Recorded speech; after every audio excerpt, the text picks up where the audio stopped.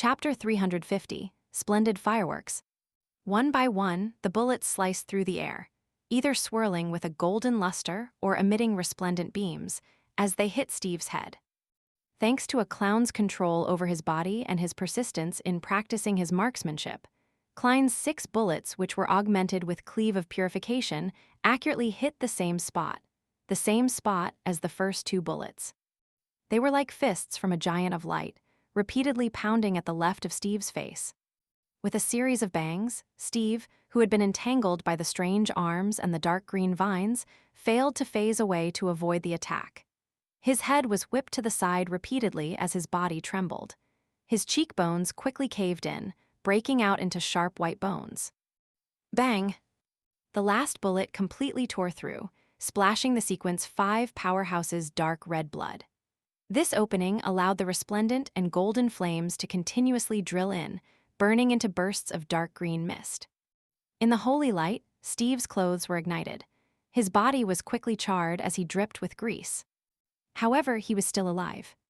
Compared to Mariontist Risego, the survivability of a Sequence 5 from the mutant pathway was clearly much better. However, the heavily injured Steve could no longer resist the strange, tugging arms. His legs moved forward uncontrollably, almost flying towards that bronze door and into the deep crack that had opened. He was thrown into the darkness where pairs of eyes lurked.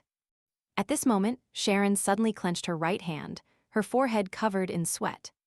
The illusory and subtle rays of light were abruptly severed, and the indescribably mysterious bronze door lost the source of its existence. It swayed, and before Steve entered, it reluctantly pulled back its long arms, which were either filled with teeth or blood, and sealed the crack. Creak! The door closed, quickly becoming transparent before it disappeared.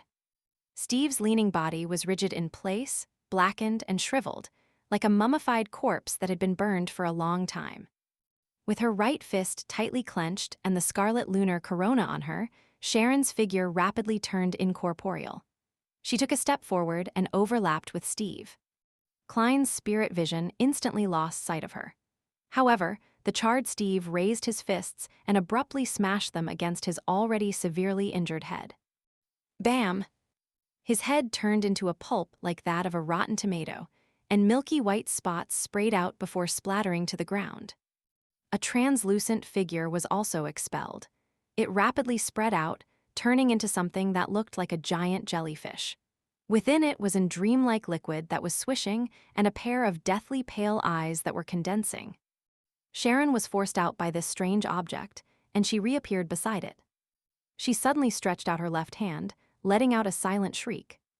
The ground suddenly turned black, as if it had turned into a muddy deep sea. Twisted bloody vines grew out from it, splitting into many sections, with each section having 4 sharp teeth and an eye. The blood-red vine wildly grew upwards, immediately locking onto the jellyfish-like phantom as it greedily sucked the dreamlike liquid within. The phantom quickly collapsed, and the blood-red vine once again retreated back into the muddy deep sea. But with this delay, the headless, charred Steve began running. He tore across the clearing and headed for the way out. He still wasn't dead despite already losing his head. Steve had only run a few steps when a sudden crisp sound cracked in the silence. Puh! Klein, in a black double-breasted frock coat with a matching half-top hat, turned to him and snapped his fingers. Boom! The dirt beneath Steve's feet was violently lifted, and scarlet flames soared. It spread upward, and when it reached its highest point, it spilled down like beautiful fireworks.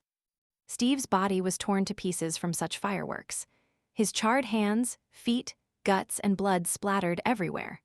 One of his fingers rolled to Klein's feet, and the brown, translucent biological poison bottle fell in another direction. The mutilated body, which was the last traces of Steve's existence, squirmed a few times before finally becoming still. In the scene with the blooming fireworks, Klein felt his spirituality become more active, and the powers that still wasn't completely his had become more attuned to him. In response to this sensation, he passed the revolver to his left hand. He took off the silk half-top hat from his head with his black-gloved right hand, and he pressed it to his chest and bowed slightly at Sharon. Sharon's blue eyes looked over. She looked past Klein to the carnage of Werewolf Tyre and Merrick. Sharon's figure disappeared, and Tyre's eyes reflected her image. Tyre stood there stiffly, his black hair standing on end. He raised his arms with great difficulty and pressed them against his head. "Catcha." He twisted hard, and his eyes soon saw his spine, which were underneath the cover of his torn clothes. "Pa." Tyre twisted and pulled again, pulling his head out of his torso. Throughout the entire process, he didn't let out a single scream or a single word. He held his head, letting the blood constantly drip down. The corpse which had lost its head was still standing straight, without toppling. Sharon didn't immediately leave Tyre's body. She appeared to be attempting something. Very soon, bits of dark green light emerged from Tyre's head and body, quickly condensing onto one of his fangs as its core. It seems like Miss Sharon has a way of accelerating the separation of a beyonder characteristic. The prerequisite to doing so requires her to possess the target, kill the person, and have complete control of the body. Enlightened, Klein bent down and picked up the shells that had fallen to the ground, stuffing them into the metal square box, one by one. He was afraid that the investigators, which would subsequently arrive, would find the artisan through the uniqueness of the shells, and hence find the woman who had purchased the Briber and Barbarian formulas from him. Then, they would lock onto Eye of Wisdom's gathering, causing his safety to be threatened. As for the bullets, they had long been sacrificed to the corresponding deities in the holy light and flames, just like the materials in charms. Putting the revolver away, Klein was about to take a step forward when Sharon appeared beside the biological poison bottle with an exaggerated speed. She made it float up and land on her palm. Before Klein could think of anything else, the pale woman flicked her wrist and threw him a translucent brown bottle and a dark green fang. "To save time, she's helping me pick up my spoils." Klein was startled. He instinctively pulled out a piece of paper and covered the two items. He didn't come into direct contact with them. At this moment, he could see that Sharon's complicated black regal dress had lost its usual tidiness and cleanliness. It fluttered gently in the wind, and a few strands of her light blonde hair were stuck to the side of her face, making her feel more like a person. This biological poison bottle comes with its own lid. I just wonder what negative side effects it has." Klein lowered his head and examined his spoils of war. He used the black cap hanging on the side to reseal the biological poison bottle so that it wouldn't continue to do him harm. As for the dark green fang, it was the beyonder characteristic left behind by Werewolf Tyre. As Klein placed the two items into a small metal box he prepared, and he used holy night powder to create a wall of spirituality, blocking off the influence they had on their surroundings. He watched Sharon's figure disappear from the corner of his eyes. Steve's remnant flesh squirmed and produced a nearly translucent point of light. Similarly, he was still on guard against Merrick, lest he suddenly went crazy. Amidst this vigilance, he discovered that the healing powers of a zombie was truly astonishing. The bone-deep wounds from a moment ago had now basically closed. Merrick also gave him a profound look. It was as though he had remembered something and understood something. When he was done, Klein walked a dozen steps away, picking up the square metal box that had been dug up by the zombies and shadows. Then, he found Azek's copper whistle and the master key, which were surrounded by human-shaped candles. He glanced at it and awkwardly realized that he didn't dare to pick them up. The effects of the scarlet lunar corona were still radiating through the clearing. This was the last trap he had set up, one that would never be used unless all other means were exhausted. For this, he had taken the time to visit a hospital's morgue and test out what the corpses would do after they had gotten their hands on Azek's copper whistle. It allowed him to design a corresponding plan. Can you stop the influence of the scarlet lunar corona?" Klein turned to look at Sharon, who had materialized again. She already had an additional translucent doll in her hand. Without saying a word, Sharon placed the scarlet lunar corona to her chest with her other hand. The circle of rubies quickly dimmed, and the light from the full moon disappeared from the abandoned land. Only then did Klein lean over and grab the keyring with his fingertip, raising up Azek's copper whistle and the master key. Then, He stored them in the square iron box with concave bullet marks and quickly created a seal. Meanwhile, Merrick circled around and dealt with the scene.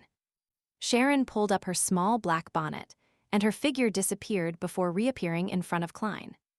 "The Book of Secrets is in your room," Sharon said calmly. "That is to say, no matter what the end result is, as long as I can make it back alive, I will be able to get a portion of the reward. I wouldn't have gone through all this trouble for nothing." Klein smiled and bowed. "Thank you for your generosity. The official Beyonders will arrive any time soon. We have to leave." Sharon nodded and asked, "Do you need any help?" "There's no need," Klein chuckled. "I still have lots of fireworks which I haven't released."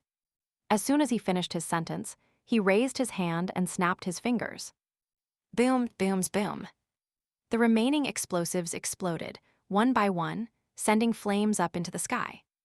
They clustered around the largest and most eye-catching one in the center, producing a dreamy and beautiful scene. Sharon's gaze was instinctively attracted to it for a second, and when she looked back, Klein was no longer there. There was only a spark that gradually dissipated.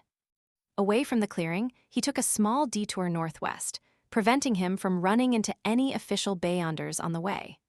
One match after another was lit on the road, and the flames quickly soared up and then quickly disappeared. Klein's figure constantly emerged from within them as he leaped across the flames and departed the West Balham dock.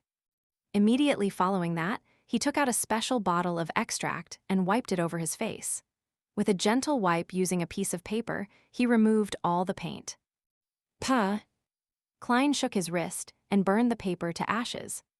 Then he picked up the cane he had hidden nearby, straightened his clothes, and walked out into the street like an ordinary person. Not long after, Klein arrived at a cathedral. Its name was Lever Cathedral. As many devotees weren't rich, they might not be able to rest on Sundays and were usually busy during the day. Thus, the cathedrals of the various churches typically opened until the early hours of the morning, giving most believers the opportunity to pray and repent. Klein looked up, tapped the steps with the black cane in his hand, and stepped inside. He intended to avoid the subsequent round of inspections of the surroundings people.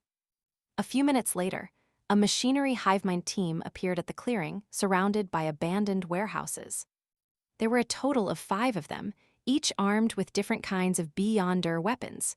However, all of them frowned when they saw the cleaned-up scene.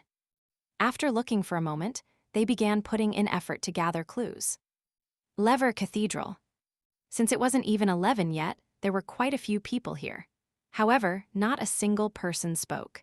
The entire prayer hall was so peaceful and holy that no one wanted to break the silence. Klein sat in the third pew along the aisle. He leaned his black cane forward and took off his silk half-top hat. Wearing a black double-breasted frock coat, he clasped his hands against his lower jaw and closed his eyes. His expression was abnormally calm as he faced the triangle-shaped sacred emblem in front of him.